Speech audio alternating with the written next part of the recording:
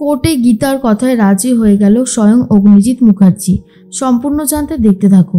গল্পের শুরুতেই দেখা যায় অগ্নিকন্যা কথা বলতে থাকে বড়বাবুর সাথে। বড়বাবু তখন বলে, আপনার কি মনে হচ্ছে অগ্নিকন্যা, অগ্নিজিৎ মুখার্জি ডবল গেম খেলছে? অগ্নিজিৎ মুখার্জি শয়তানি করছে? তখনই গীতা বলে, মনে তো হচ্ছে অনেক কিছুই বড়বাবু, কিন্তু এখন নিশ্চিত করে বলি কি করে। ব্যাপারটা যে খুব জটিল সেটাও আমি খুব ভালোভাবে বুঝতে পারছি। তবে এখন কিছু করার মতন নেই, জানেন তো, আমাদেরকে একটু অপেক্ষা করতেই হবে। আর বড়বাবু তখন বলে, আপনি কেমন যেন বদলে গেছেন অগ্নিকন্যা। আগে অন্য কেউ এরকম কিছু করলে এই গুন্ডারা অনেক অপরাধীর নাম তো বলেছে, আর আপনি তখনই শিগগিরই তাদেরকে এখানে নিয়ে এসে আড়ং ধোলাই দিয়েছেন। তাহলে অগ্নিজিৎ মুখার্জির নাম শুনে আপনি কেন অগ্নিজিৎ মুখার্জিকে তুলে নিয়ে আমাদের কাছে দিচ্ছেন না বলুন তো? তখনই গীতা বলে, অসুবিধা আছে বড়বাবু, যতই হোক আমি তো একটা মেয়ে। অ্যাডভোকেট গাঙ্গুলি হলে হয়তো তেমনটা করতে পারতাম, কিন্তু আমি যে একজন মেয়ে, আমি যে চাইলেই অনেক কিছু করতে পারি না। বড়বাবু তখন বলে, সেটা তো বুঝলাম, কিন্তু পরবর্তী স্টেপ কি হবে? আমার কিন্তু ডাউট আছে যে অগ্নিজিৎ মুখার্জি আদৌ এই বিয়েটা দেবে তো, নাকি এখানেও রয়েছে কোনো একটা গোপন শর্ত বা কোনো একটা প্ল্যান।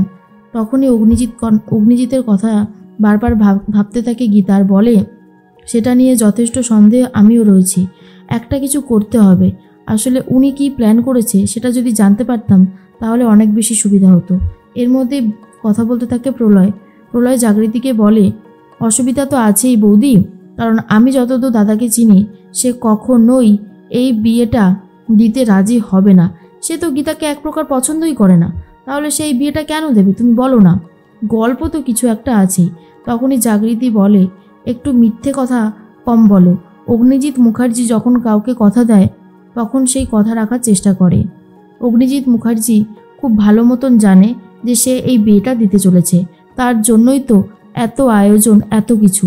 সেই সমস্ত কথা ভুলে গেলে চলবে কি করে প্রলয় বলে, তুমি যাই বলো না কেন, আমি বিশ্বাস করছি না যে স্বস্তিকের সাথে গীতার বিয়েটা দিতে চাইছে দাদা। ব্যাপার তো কিছু একটা আছেই, অত সহজে অগ্নিজিৎ মুখার্জি এই কাজটা করবে না। তার মধ্যেই মনে মনে ভাবতে থাকে জাগৃতি, অগ্নিজিৎ মুখার্জি কখনোই এই মেয়েকে এই বাড়ির বউ করে আনবে না।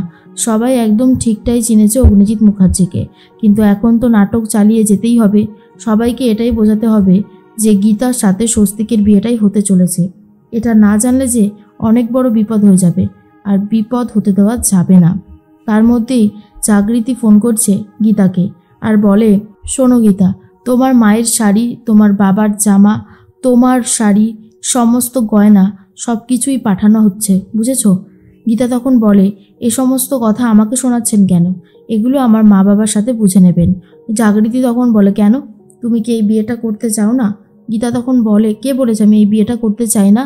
আমি অবশ্যই এই বিয়েটা করতে চাই, শুধুমাত্র একটা মানুষের জন্য, সেটা হচ্ছে স্বস্তিকবাবু, যে আমাকে এতটা ভালোবাসা দিয়েছে, যে আমাকে এতটা কেয়ার করে, সব সময় আমার যত্ন নিয়েছে, আমার পাশে থেকেছে। আর সেই মানুষটাকে আমি বিয়ে করব না সেটা তো হতেই পারে না, তাই না? বিয়ে তো আমি স্বস্তিক মুখার্জিকেই করব, যেভাবেই হোক না কেন।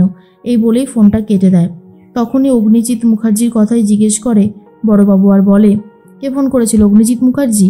গীতা তখন বলে, না, অগ্নিজিৎ মুখার্জির স্ত্রী জাগৃতি মুখার্জি। সে ফোন করে বলছিল সমস্ত ড্রেস নাকি কেনা হয়ে গেছে, এসব নিয়ে কথা বলছিল। কিন্তু আমার তো মন বলছে এই বিয়েটা এত সহজে হতে দেবে না ওরাই। তখনই বড়বাবু বলে, অগ্নিকন্যা, আপনি হিসাব রাখুন, আমিও দেখছি, কোনো গোপন তথ্য জানতে পারলে আমি আপনাকে জানিয়ে দেবো, কেমন? গীতা তখন বলে, ঠিক আছে বড়বাবু, আপনি এদিকটা সামলে নিন, তারপরে আমি ওদিকটা সামলে নিচ্ছি।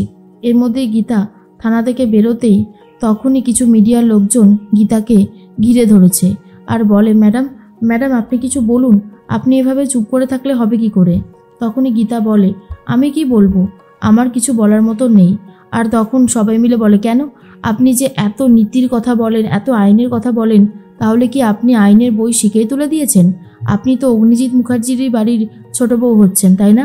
তখনই গীতা বলে, দেখুন, এসব কথা বলতে আমি একদমই ইন্টারেস্টেড নই। এর মধ্যেই বড়বাবুকে ঢালি জানায়, বড়বাবু, ওইদিকে গীতাকে সবাই মিলে ধরেছে, মিডিয়ার লোকজন ঘিরে ধরেছে। তখনই বড়বাবু বলে, তাই নাকি, ওই চলো তো গিয়ে দেখি। এর মধ্যেই কৃপান কথা বলতে থাকে পদ্মর সাথে, আর বলে, কিরে পদ্ম, কেমন আছিস? গীতার চামচা কোথাকারের।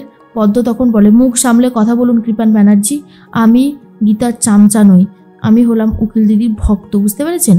যেভাবে সবাই আমাকে অস্বীকার করেছিল, ঠিক তখন উকিল দিদি আমার পাশে এসে দাঁড়িয়েছিল।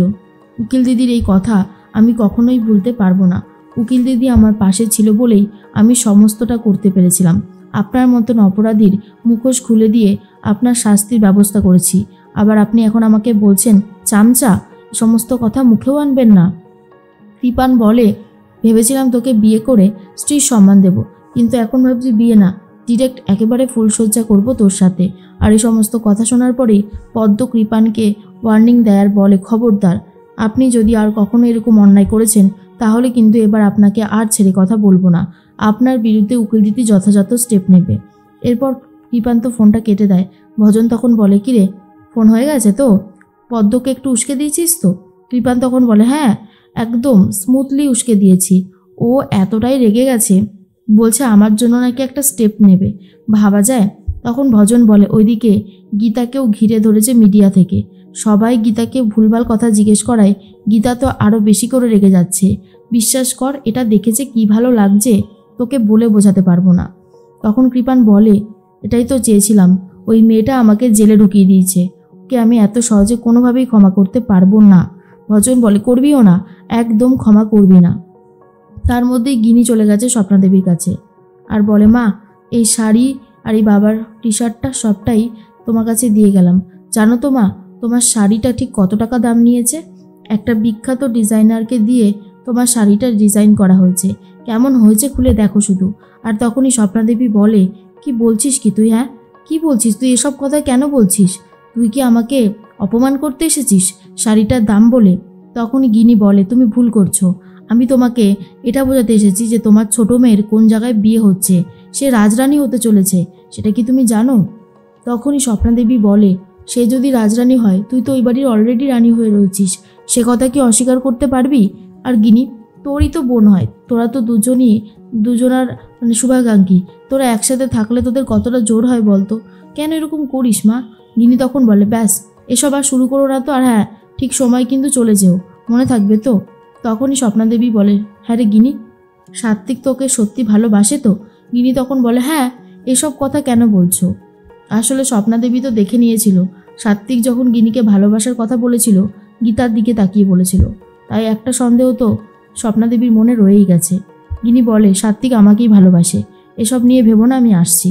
কোর্টে আবারও অগ্নিজিৎ মুখার্জি আর গীতা মুখোমুখি। তখনই অগ্নিজিৎ মুখার্জি বলে, তুমি এসব কেস থেকে সরে দাঁড়াও, সরে দাঁড়াও, আমি তোমাকে বলছি, তুমি এগুলো সরে দাঁড়াও।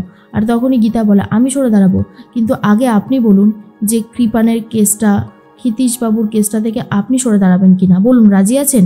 তখনই অগ্নিজিৎ মুখার্জি বলে, হ্যাঁ হ্যাঁ, আমি রাজি, আমি এই সব কেস থেকে সরে দাঁড়াবো। শুনে গীতা খুব খুশি হয়।